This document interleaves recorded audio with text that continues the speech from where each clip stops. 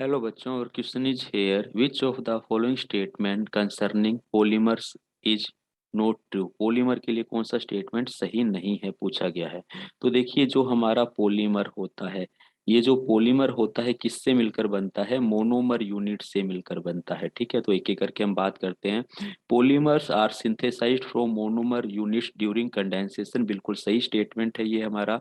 जैसे हम amino acids लेते हैं तो बहुत सारे एमिनो एसिड्स हमारे पास में जुड़ेंगे, और ये हमारे पास में क्या बनाते हैं? पॉलीपेप्टाइड चेन बनाते हैं, जो क्या है हमारे पास में? प्रोटीन। तो यहाँ पर एमिनो एसिड्स एक मोनोमर हो गया, और ये हमारे पास में एक प्रोटीन हो गया। ठीक है, इसी तरह से बहुत ग्लूकोज के मॉलिक्यूल्स आपस में जुड़ते हैं और क्या बनाते हैं हमारे पास में? जैसे सेलुलोज बनाते हैं। तो यहाँ सेलुलोज एक पॉलीमर हो गया, और ग्लूकोज यहाँ पर क्या है? एक मोनोमर यूनिट है, और इनके अंदर कंडेंसेशन होता है, यानी कि ये सब आपस में एसोसिएटेड होते हैं, और वाटर का मॉलिक्यूल यहाँ पर क्या होता है बेटा?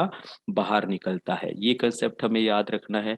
नेक्स्ट हम बात करते हैं, polymer are synthesized from monomers by the addition of water.